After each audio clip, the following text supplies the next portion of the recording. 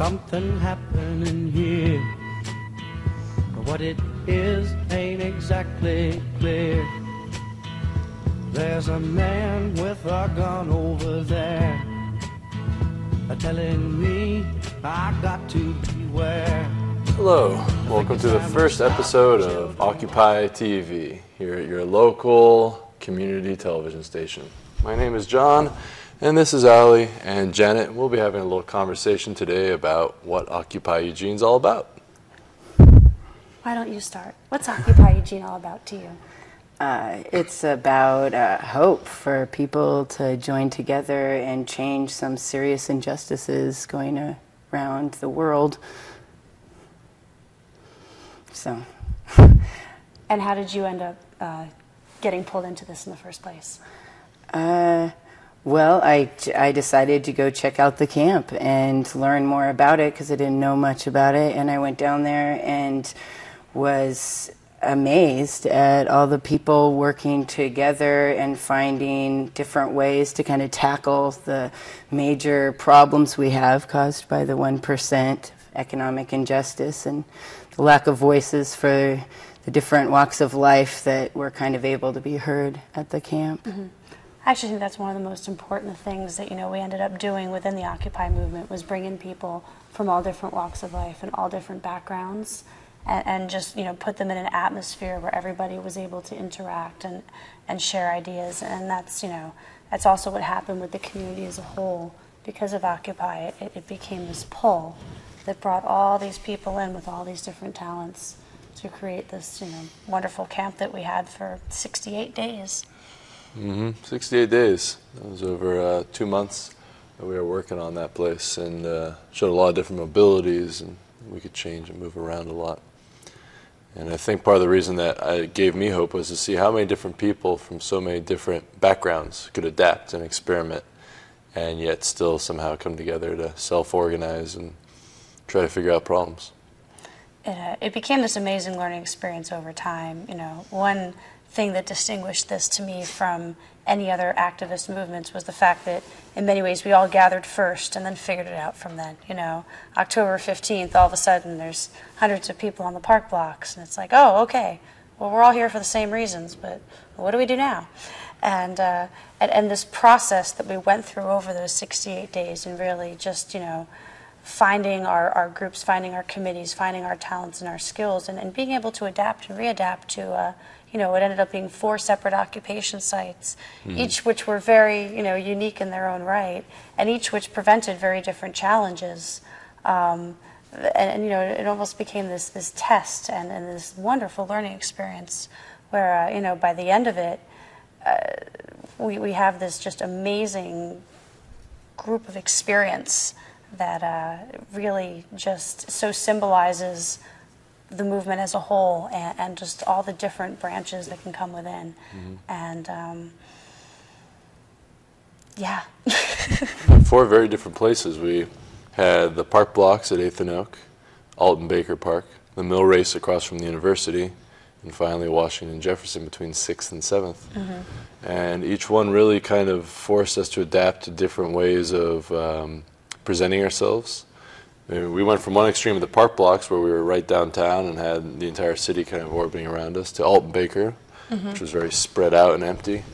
And at the university, it was very strange. We kind of expected a lot of student participation, but we're finding that students are not nearly the political activists they were 40 years ago. And trying to rethink how to outreach to students has become one of our main projects now. The park blocks was interesting.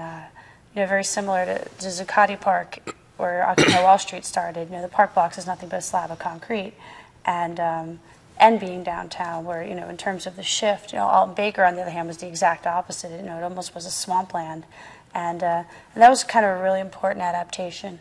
And it also kind of set us up for deciding on future places. And I agree with you about the university. In a sense, it was. I feel like we almost got more support from the professors than we did from the students themselves. It did bring us a lot of attention, of course. All throughout this, it's been bringing us a lot of media. But it was really an excellent learning experience in terms of where we do need to plug in this movement and where the gaps are. I see a lot of youth. I see a lot of people 20, 30 somethings, people who are being affected more by the actual economic issues that started Occupy Wall Street in the first place. I think one of the challenges with the college population is, they are still in the bubble that is college, and they haven't necessarily, they're not 29 years old and living with mom and dad because they can't find a job and can't pay off their student loans. They will be, don't worry, but they're not there yet. And so, they kind of live in this place where they're about to become members of the 99%, but there's a sheltering about it that does make them hard to access.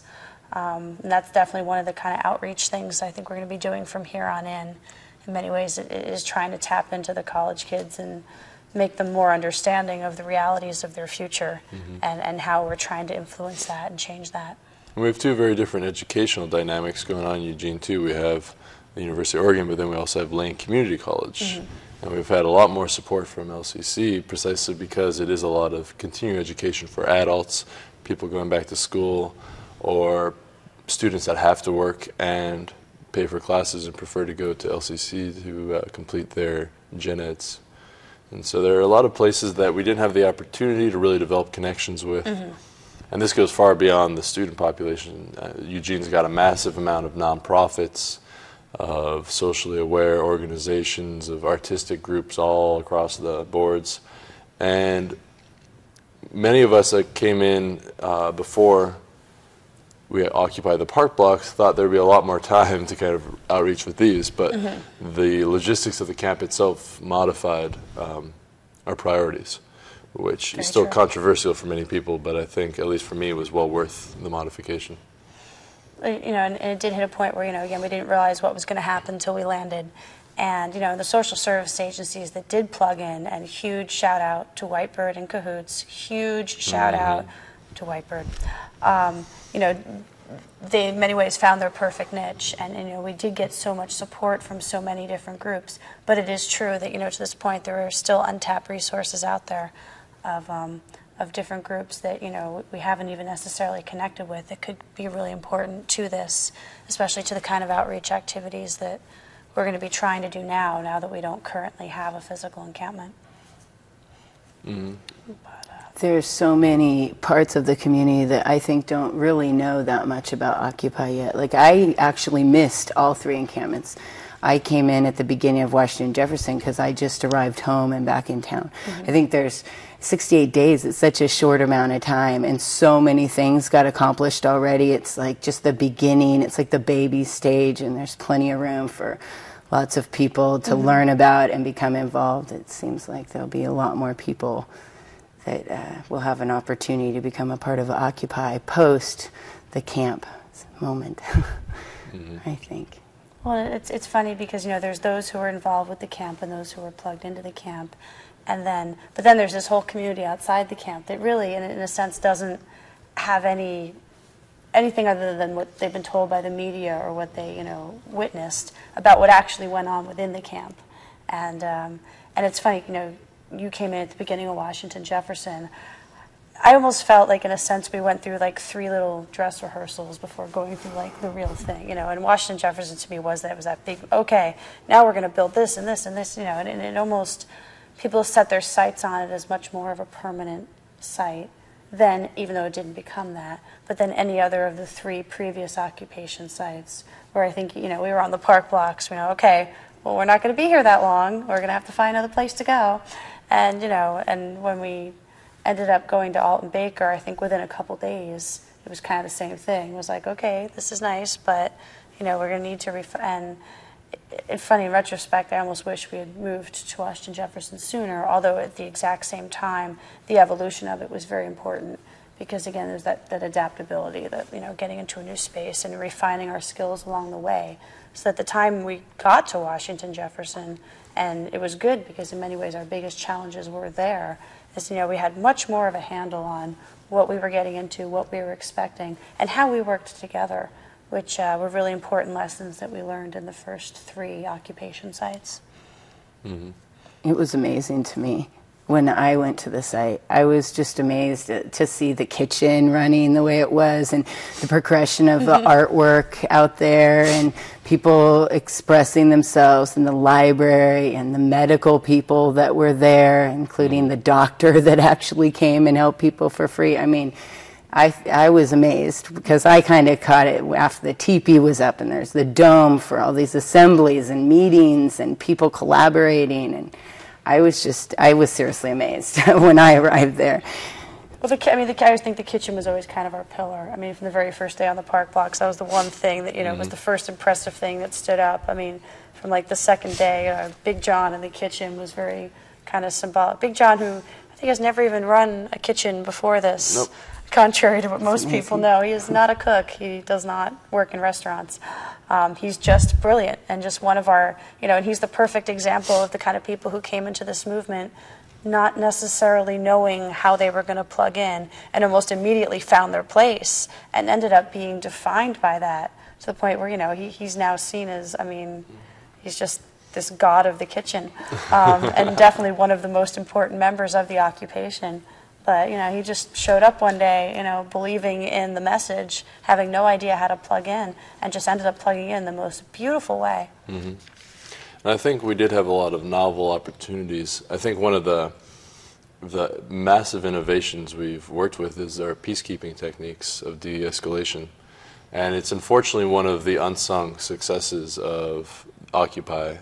The media has done a fantastic job of focusing on every little bit of violence, but has not covered a single one of the many, many incidences which happened dozens of times every day of the occupation, where people would begin to enter conflict, and then a peacekeeper would step up and calmly allow the situation to decompress, to chill out, and do this by just listening, by staying grounded, by engaging both parties and holding a conversation and trying to help the conversation move from oh, it's your fault, no, it's your fault, to finding a common ground where we could talk. And it had a lot of effects on members of the unhoused populations, but I found it also worked quite well with people in houses too. Everyone seems to get into arguments. And it's something that when we look at a lot of the criticisms of the camp, and we see a lot of fixation on, oh, well, you can't just stop violence, you can't just end this, and especially you didn't have the resources. I had lots of conversations with members of the unhoused population, many of whom are very intelligent, often with very good educations, and have a very good sense of what's going on around them. And I've constantly heard feedback that though there were opportunities to be helped, and although there was skilled experience out there, there weren't many people that stopped to just listen to what was going on in the lives of the unhoused, and by extension the lives of most people out there. And just the attempt to listen to people and then find their niche and integrate them into their niche to help them find that was the secret of Occupy's success. And that's, in my mind, what, regardless of whatever the city decides to do with all its tendencies to spend money, we're going to have to keep focusing on making sure that every member of the 99% has a chance to be heard and has a chance to participate in building the world around them. It's true. One of the biggest differences between the way that, law enforcement approaches, say, street conflict, and the way we approach street conflict is, from a law enforcement perspective, your priority is on stopping the conflict. And it's not that our priority isn't in ending conflict as well, but, very similar to just the philosophy of Occupy in general, we tried very hard to get to the root of the conflict. Law enforcement never asks why. They simply stop and use the justice methods that, are inherent in our system. One of the beauties, and it is truly just one of the greatest successes that was never even talked about, let alone publicized, is the degree to which, we were able to truly get in there and find understanding and give people a place to listen and in a sense, solve the conflict and get to the roots of these things. And within that, not only are we creating peace in the moment, but especially for members of the unhoused community, in many ways we were helping long-term issues that were not even just between people, but between groups of people and between families.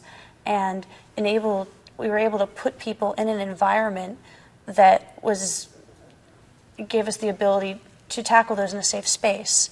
in a way that, would never happen on the street and would never happen in traditional law enforcement. I always felt so much of the camp was just an ongoing mediation. And frankly, that's exactly what this community has always needed, not just between the housed and the unhoused, but within, again, the housed population themselves and the unhoused population themselves. And very seldom are those things dealt with, on equal terms in a place where, you're throwing a punch or trying to throw a punch. We don't care whether you're a doctor, we don't care whether you're a street kid. We're still going to approach it the same way, and we're not going to bring the kind of prejudice and the kind of lack of understanding that, when the police come in and try to de-escalate a conflict.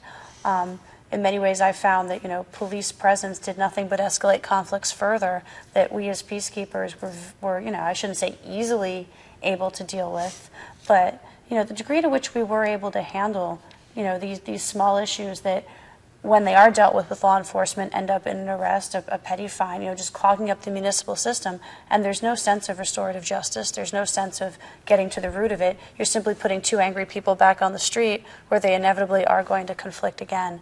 And, one of the things I think we really need to continue, even past the physical encampment, is putting that forth in the community, the idea of getting to the root of not just conflict, but again, all these issues that divide us as segments of the community, and just really be able to come together and put these things out on the table in a safe space.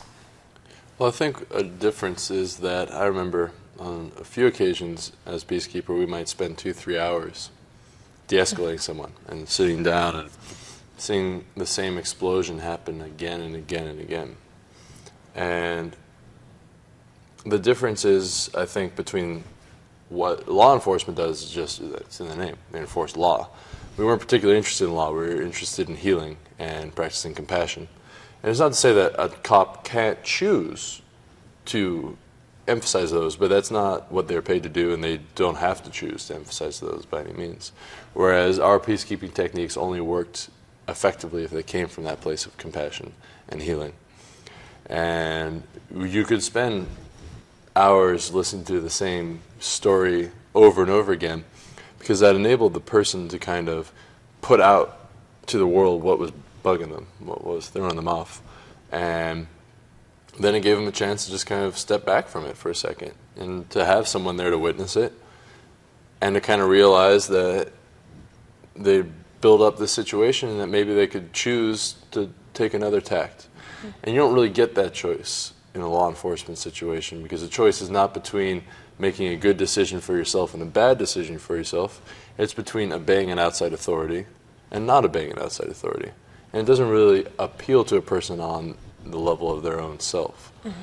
And so when we talk about how to deal with things like homeless problems and conflicts in general, the Occupy Eugene experiment, in all its different locations with all the different kinds of populations, really demonstrated not just a different kind of technique, but really showed that systemically we were doing something different than the way most institutions in this country are run. Whether those institutions be law enforcement and prison, whether they be social services and client provider relationships, whether they be mainstream healthcare, mainstream psychiatry, that there's something built into all those that says you should do this because of an outside assessment. You need to be more sane, you need to be more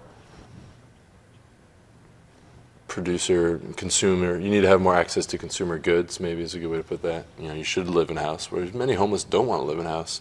Many homeless do want to sleep down by the river and just don't want to be bugged sleeping down by the river, and are wondering how they are disturbing anyone when during the night when no one is down and around there, they're setting up a camp. And so Occupy Eugene really focused on talking to the person and saying, what is it you need? How can we help you personally, not as just one more entity in a system, but as this person right here and right now? Which sounds very idealistic, and people say, oh, well, that's nice in theory. But what's being missed by the massive amount of population, both right-wing progressives tell me this too, so it's by no means a political thing, is, oh, the camp failed. But the whole point is missed when we don't look at all the little instances of success, which were increasing all the time. Sure, the camp didn't look like an ideal model of some pretty whatever, It was a camp with a lot of poor people in it, with a lot of addictions, a lot of violent habits. That's what you'd expect. But that we're so willing to turn our back on something with so many little success stories is really sad, and really demonstrates a lack of imagination across the board, in the city government, in the police department, in the larger Eugene community, in the progressives. I'm very disappointed in a lot of the progressives right now for saying, oh, we like the fact that you're questioning Wall Street, but we don't like the fact that you expose the ugliness in our backyard. Mm-hmm. And that, to me, is the root of it. Regardless of the political affiliations, people became comfortable. And when Occupy Eugene exposed a problem and the human beings that were part of that problem, everyone just kind of wanted to push it off the table. One of the things that really did push buttons, which again, I don't necessarily think we meant to do at the beginning, is what you're saying. We ended up shining a light on problems in our own backyard. And we also ended up shining a light on solutions to those problems, or at least inroads to those problems. And one of them being something you touched on, within all the social service agencies, within any structure of city government or society at large, the one thing people often don't have is just someone to listen to them.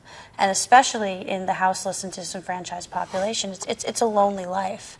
And even more so, you're compounded by, you arguably have many more problems than the average individual, and less support, less outreach, less anyone to speak to. And even when you are speaking to them, obviously, you can go to a social worker or whatnot, but it's still an authoritarian structure. Mm-hmm. There's still this telling someone your problems and having them tell you what you should do about it. And that's one of the real lessons that I learned in this experiment is, people don't want to be told what to do about their problems. People simply want someone to listen to them and validate what they're going through and help them work with collaborative solutions, as opposed to being, well, you just need to get a job. Well, you just need to do this. You just need to do that. And, and it's very frustrating, especially after, being on the other end of this, listening to the same kind of rhetoric come through about, what this population needs. It's so much more complex than what this, this population is composed of thousands of individuals, all who have very individual needs. And this mentality of, we just have to give the homeless this or have to give the homeless that. It so just goes past these very root things, one of them being, we just came so far in simply giving people an opportunity to speak what is going on with them and to be able to check in on a regular basis. That was one of the beauties of the camp is, over 2 months we developed these very deep relationships with people who, I would just stop by for 10 minutes every day and just check in with a couple people. And then, I'd have to go do something else, but I'd come back later and check in with people some more. And, it just became this real community bonding thing where people who never before had this community structure, not so much different from the high school cafeteria. Hey, how you doing? Great. How was class? Those kind of just small social interactions are so important to all of us as people. And it's something that when you are unhoused and disenfranchised and not a part of the core community, it's hard to remember that those are the little things that are missing. And those are just such important parts of humans as social beings.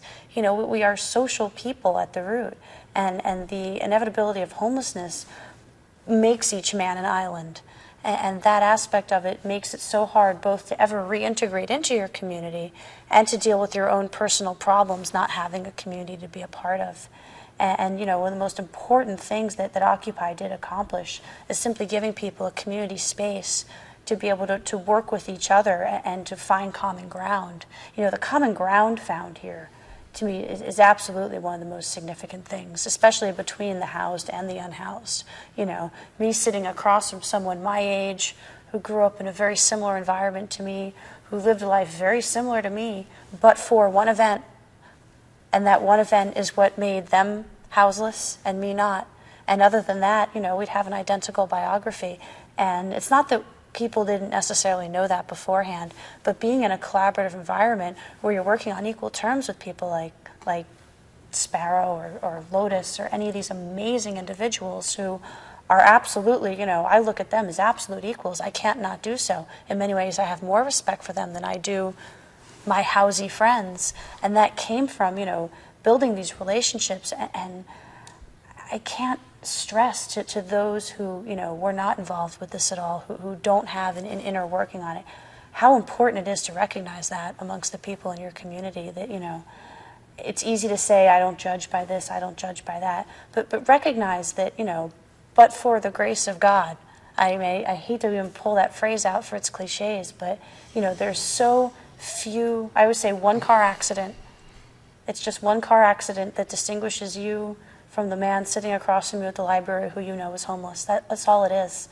Other than that, we are as one as a community, and we really need to throw off those barriers and integrate those who we see as separate from us, because they're not. We are all the 99%. And, you know, one of the most frustrating pieces of rhetoric that was thrown at me through this whole thing was, you know, I thought you were supposed to be helping the 99%. Why is this concentrated on homelessness? And to me, it's like, they are the 99%. Not only are they 99%, but they, in many ways, are the most telling thing that can happen to the 99%. You know, that they are the face of the effects of economic disparity in our community.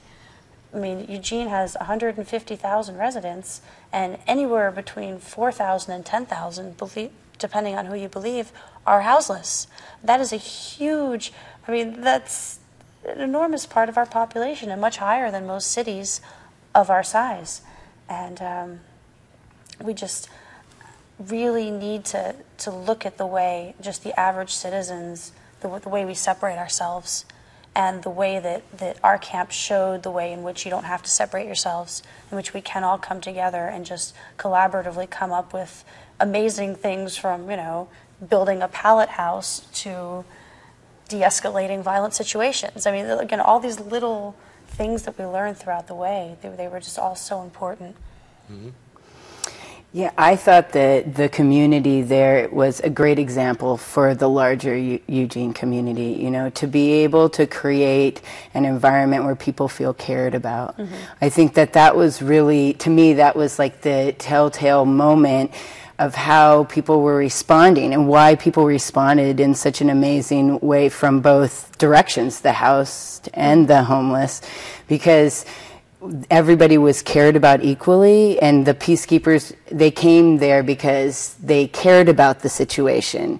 And the energy that they created with homeless people was caring about their feelings and what was going on with them, not trying to figure out how they were breaking the law and how to end whatever was going on. And being cared about makes you feel like you're supported, and you create a different space for yourself in that kind of an environment. You don't feel like nobody cares about you, so I might as well not say anything, or I might as well not take part. So it really encouraged everybody to kind of be a part of it. And as a person with a home, I stayed at Occupy part of the time, and I stayed at my home part of the time. But I met more people and networked with people in my community that cared during the months at Occupy than I have for the last 12 years of living in Eugene. We've isolated ourselves, and like the homeless have isolated themselves from maybe housed people, but housed people have isolated themselves from their neighbors. So it was like an ability to come together and work on, focus on things that were really important. And it gave you a feeling like, wow, if we all came together, we could maybe change some of these things. And a feeling like, even though we all have these different cultures, we were learning from each other. Like the housed people were learning more compassion and how to like relate to people that were very different than them, maybe not be quite so judgmental, and learn about amazing histories and people that maybe they go by on the street and see, oh, that person is flying a sign, I don't know what I think about that person, without even really knowing them. So it gave you an opportunity to really get to know people without those preconceived judgments, and let people just have a voice. And then you were kind of amazed at, wow, look at what they have to say. They have a lot of important insights, and the collective mind was incredible to me. Like everybody's pieces added up to a lot of real solutions, like a lot of ideas that like I didn't come up with this little part of the idea and somebody filled in that blank for me.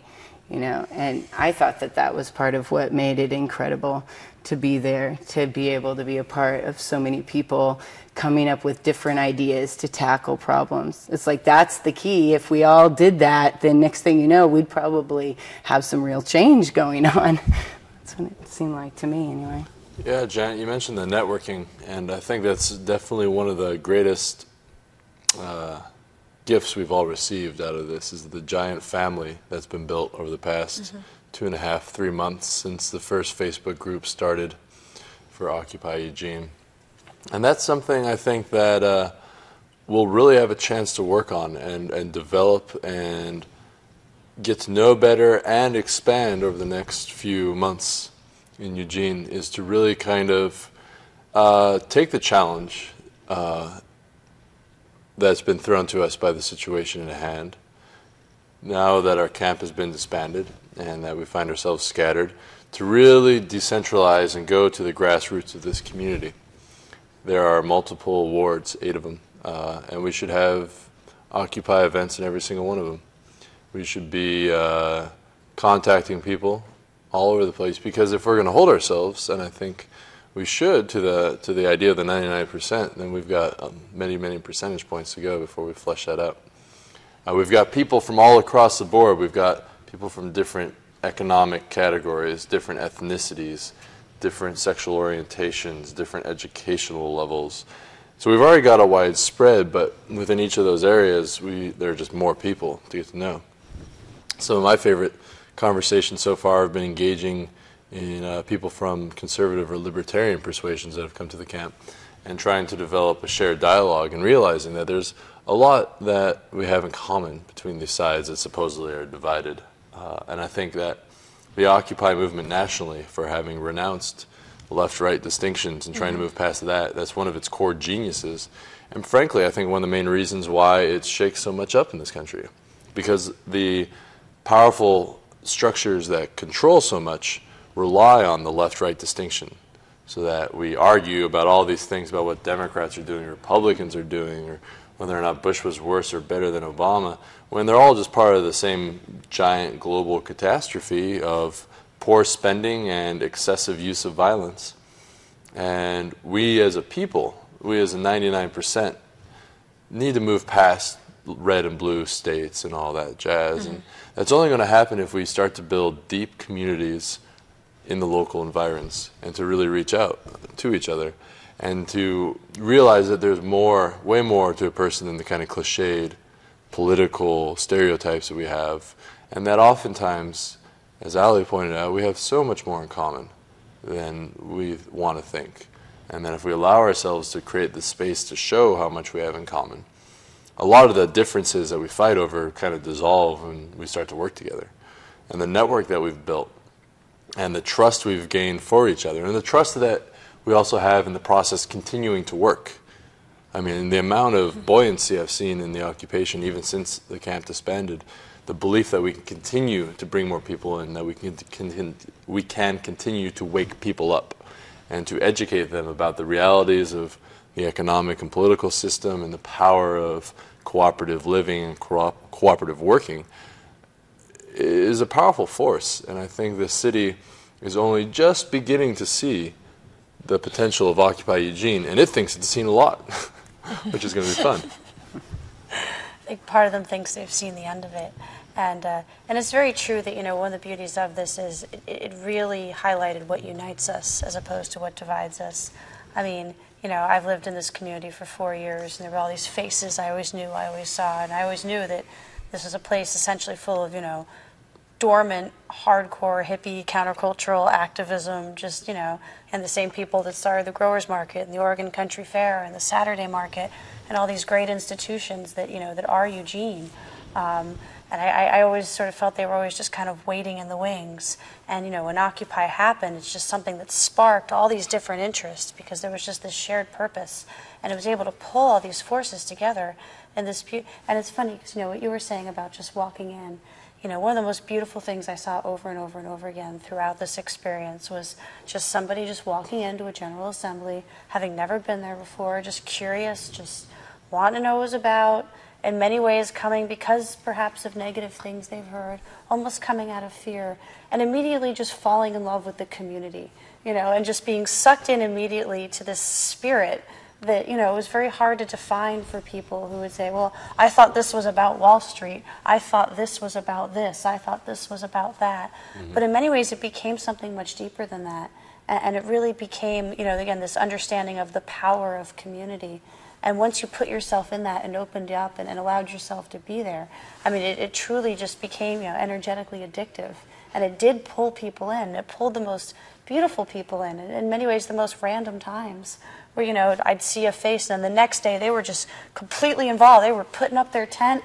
They were there. They were starting workshops, out of nowhere, leaving their roommate situation, just diving in 100% just based on this spark that in a sense was constantly being created over and over and over again. And it was just this beautiful spark. And, and now that we have this, it's like I see more and more of that forming. More and more people are just, in a sense, after seeing what we've done, that they can taste the little pieces of it that we're talking about here that perhaps didn't get through to the media or didn't get through to, public perception as a whole. And it's just has birthed and will keep birthing these just amazing things. I mean, the influence that Occupy has had on the community in general, I mean, not only bringing awareness toward this issue, but, being able to make people really reconsider and examine their own beliefs and the way that they have approached or not approached these issues. I mean, the amount of volunteerism that's coming out of this, even from people that weren't necessarily associated with Occupy. And also just an understanding of the effects. For example, I look at downtown. Downtown Eugene for years and years and years, from the perspective of business owners, was just plagued with the homeless and plagued with transients and this and that. And, if you ask downtown business owners over the past 2 months, they feel like they've been on a holiday because all of these problems were just sort of sucked out. And the reason they were sucked out is because in our community, all of a sudden we had a place where people could interact and be part of a community and not just have somewhere to live or sleep, but have something to do and something to be a part of. And, and that's what so greatly distinguishes Occupy from just, and I love the Egan Warming Centers. I have all the respect in the world for what they do. But it's not a substitute because it's a place to be safe, it's a place to sleep, but it's not a place to interact as a community, to have your own space, to put your own things, to birth your own ideas. And that aspect of it is something that, in many ways we are very determined to continue, even without a physical camp. And that aspect of it is even more important to continue now that people are being spread out and are having to find other places to be. And, and I'm glad that the city is providing those places finally after years and years and years. And I'm glad that I could be part of something that pushed the city to do that. Thank you. But, the community aspect cannot be forgotten because more than anything, that is what tied it together. And that is what made it work. And that is what distinguishes it from any homeless camp experiment that the city has tried or potentially will try in the future. Mm-hmm. Yeah, it is unfortunate how short-sighted our city government proved to be about this. The city manager, in fact, used the specific language that the camp would not, quote, replicate the Occupy Eugene camp experience. But unfortunately, in being so decisive in not copying us, they lost the essence of it. I mean, that's already proven by the fact that the homeless spent their Christmas on the streets instead of with their family that they'd formed at Occupy Eugene. I've got all kinds of reasons to begin to critique the city for that. But I don't know if for the most part it's politically motivated. Frankly, I just feel that the people that have been elected and a lot of the administrators are somewhat inept and are out of touch with the actual demands and needs of the city. And you can see this in the dialogue of what's been going on right now.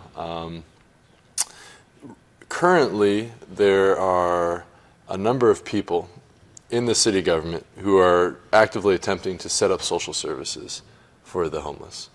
They have a lot of experience, and the different nonprofits that came together and sat at a table, and I was lucky enough to be a member of those conversations towards the end, were very sympathetic and were very aware of the plights of the street families and the homeless. And I brought up concerns because I've noticed within a lot of the homeless that there tends to be a kind of just homogenous distrust of everything institutional. which many people, including conservatives, can certainly sympathize with. But what I really emphasized with them was that we need to personalize and humanize the relationships of the social services with the members of the homeless community, and try to break through this behind the counter, let me help you, but then you move on kind of thing. And they were very sympathetic to that across the board. And we've been lucky to work with organizations like St. Vincent de Paul's and Whitebird and always Looking Glass and Shelter Care, other organizations that really showed up and did the best they could. But immediately after this meeting, massive pressure was put to kick us off the site, and the social services were not even able to do their job. And that to me is not a fault of the social services or anything endemic to the system itself, though there are all kinds of problems there. That was just poor governing by the city council and by the Eugene Police Department and by the city management. That was just a bad decision. And the fact that there's been so much sympathy coming in from people that a few days before had been against the camp demonstrates that while there are many people out there that were critical of how we were dealing with the homeless situation, they sympathized with the homeless. They recognized that in many ways what we were doing was better than nothing, was better than the status quo, and that when our city reacted like an overbearing parent in many ways, and somewhat abusive one too, a lot of the general population of Eugene got very angry, and we've gotten a lot of support from people that have reached out and said, whoa, we thought you guys at least were trying to figure this out, and then why did they just shut you down?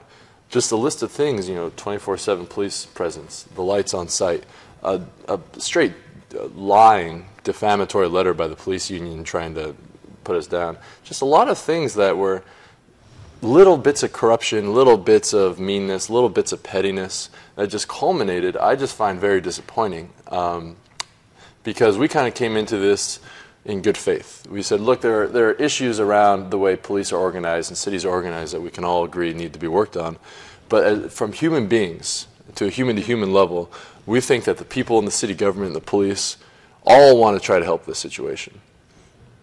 And frankly, I've lost a lot of faith in certain members of the government, certainly certain members of the police force. So I do want to point out that there have been many officers that have not only been highly professional on the job, but have gone above and beyond the call of duty to make sure that our people were safe and that members of the community were safe. So I don't want to say it's a whole EPD thing.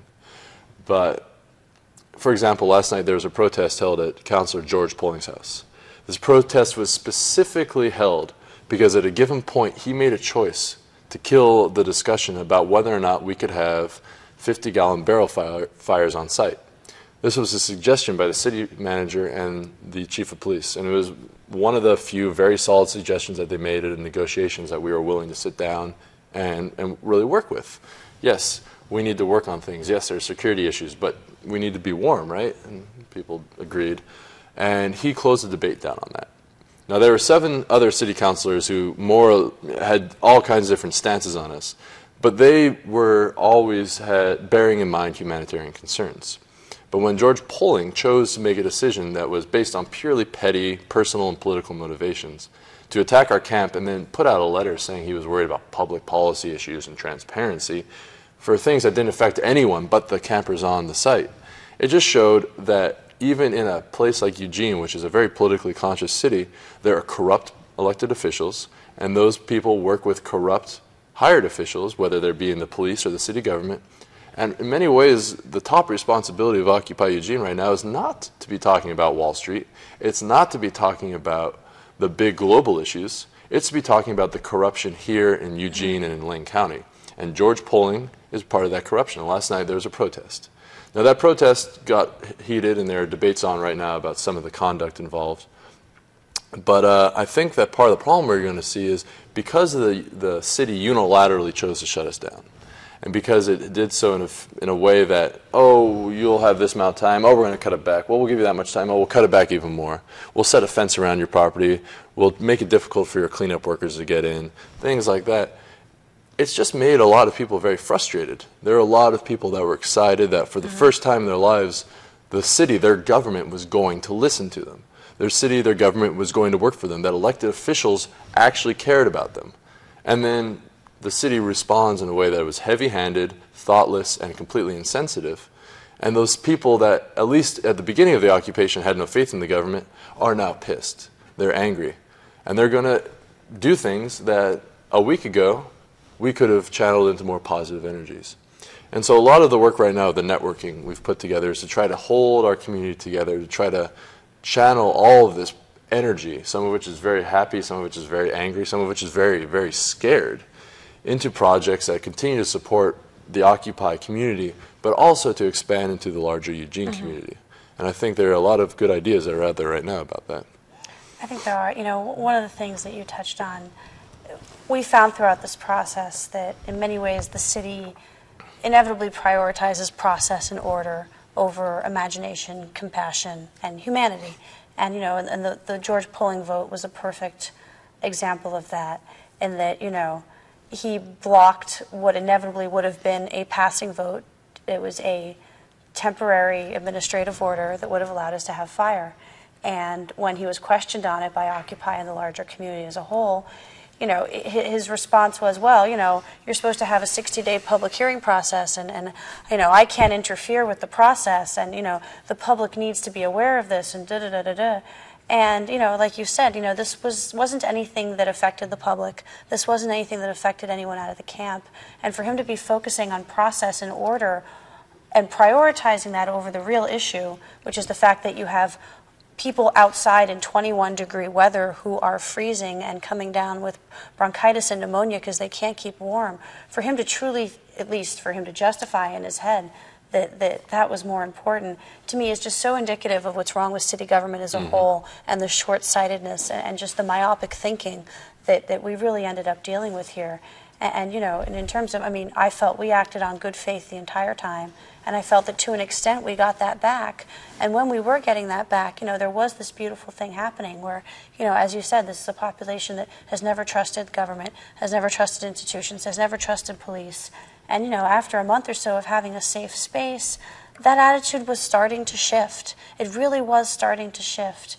And the way that both we were shut down, and then what I see is very much bad faith on the city's part regarding the negotiations and just shortening our date, and really just, you know, screwing the population and the city as a whole, in a sense that, you know, if there was a January 11th shutdown and the city wanted us to be shut down, at least having that amount of time, the social service agencies would have been able to have their stuff in place in time, as, you know, this transition money was supposed to go for, so that there at least would be some sort of safety net, not the net that, you know, replicates our camp experience, but at least there would have been something.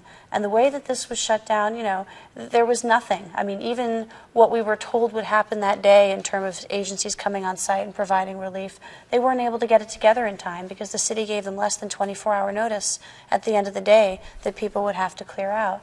And that was just so disappointing. And, you know, it has left a really bitter taste in many people's mouths where, you know, you have this population that's going back on the street that experienced this community and then had it taken away from them and are justifiably more bitter and resentful than ever before. And then compounding that, you have a police force that also, you know, so many of them went through a very challenging experience over the past 2 months, and where, again, there's many officers that I absolutely commend and will get down on my knees and thank for being the most beautiful humans. There are also many officers that inevitably caused conflicts with this population, and then themselves will be more resentful when they go back out on the streets. So, you know, a pre-existing issue that we've had for years between police and homeless in this community, in many ways, I think, have just been made all the worse by the actions of the city over the past 2 weeks in disbanding this camp. And it really is unfortunate. I've already seen feedback in the mainstream media that a lot of people who are being poorly represented by their city government right now, that are not having their long-term concerns taken into account, are saying, oh no, don't blame the city, this is all the occupation's fault. They should never have taken on the homeless issue. And the simple fact is that if that were the case, why was it that a month ago the city was so excited to work with us? Why was there so much publicity that the city was saying, oh, this is such an opportunity?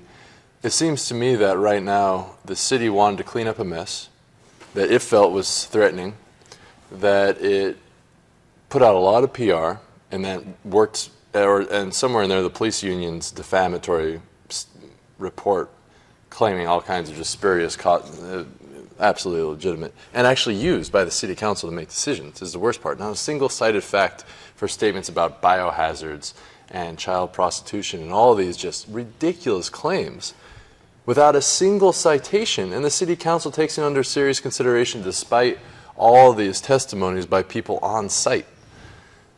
The whole matter was just poorly conducted, and I think we're so used to seeing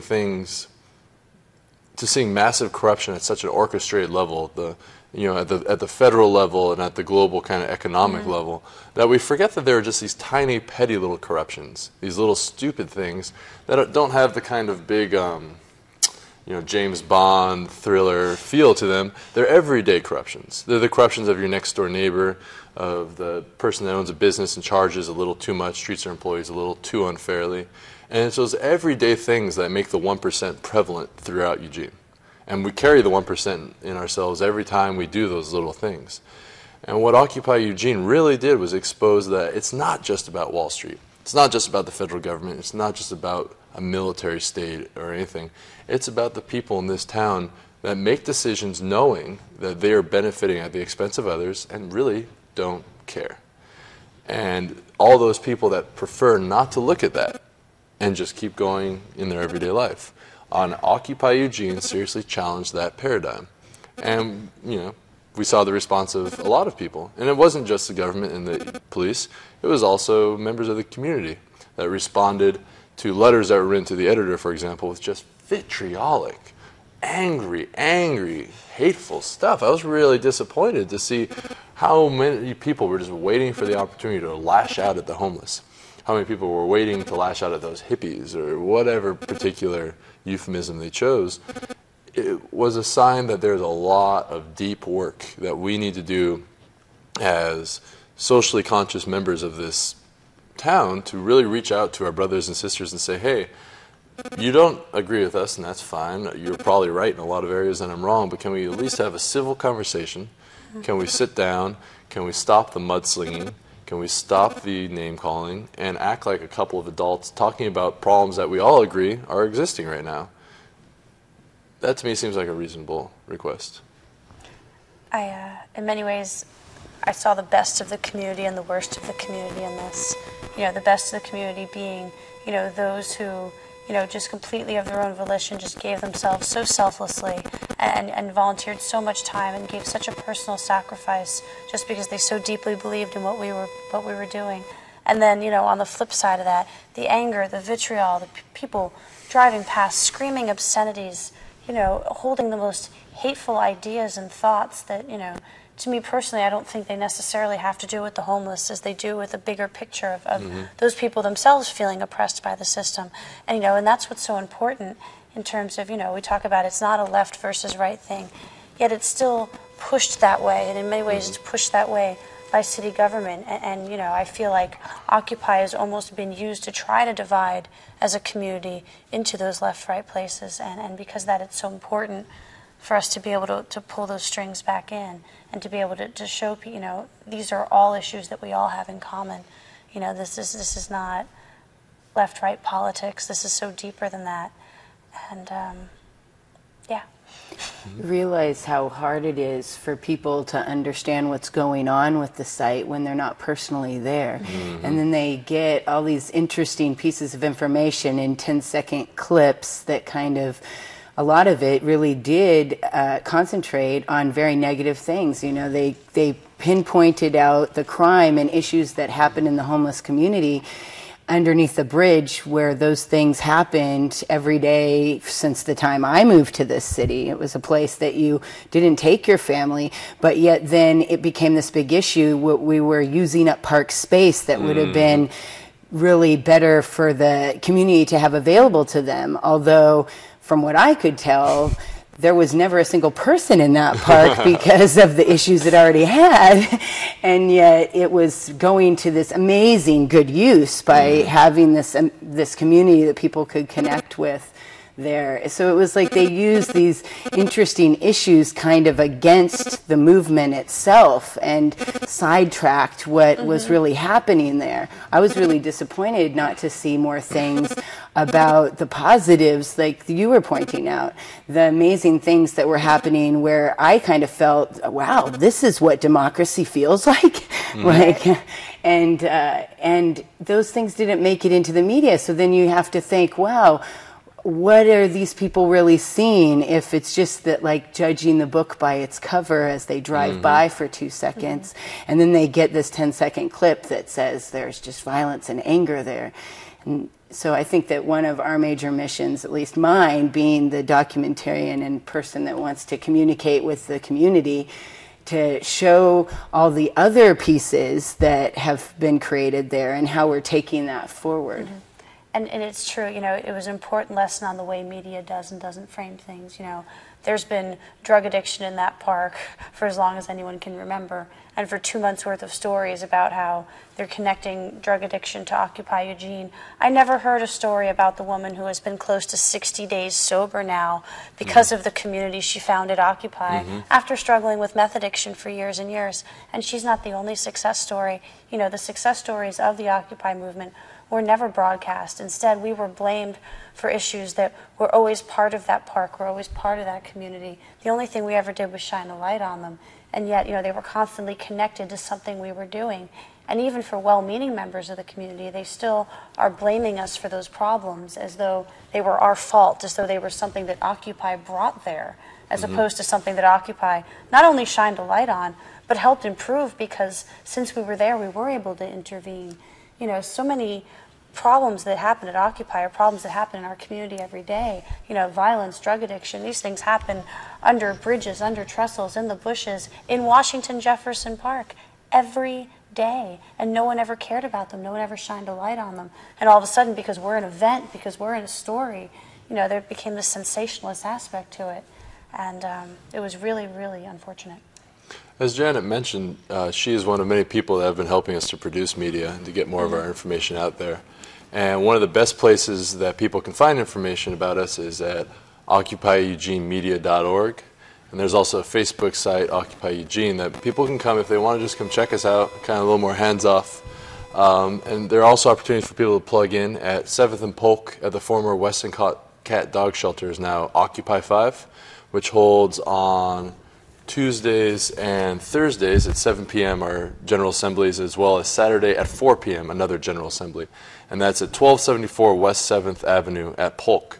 And those are just a couple opportunities for ways to plug in and to get to know us. And just remember, just by showing up, you don't suddenly join the crazy movement. If you have issues, don't worry. All of us are critical of something that's been going on. But we are trying to cultivate well-intentioned, caring, compassionate conversation to try to increase our ability to outreach to every member of the 99%.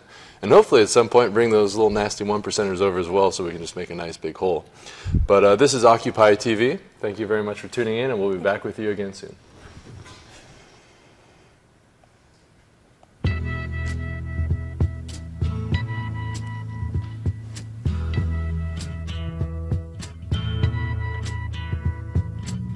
There's something happening here. What it is ain't exactly clear. There's a man with a gun over there, telling me I got to beware. I think it's time we stop, children. What's that?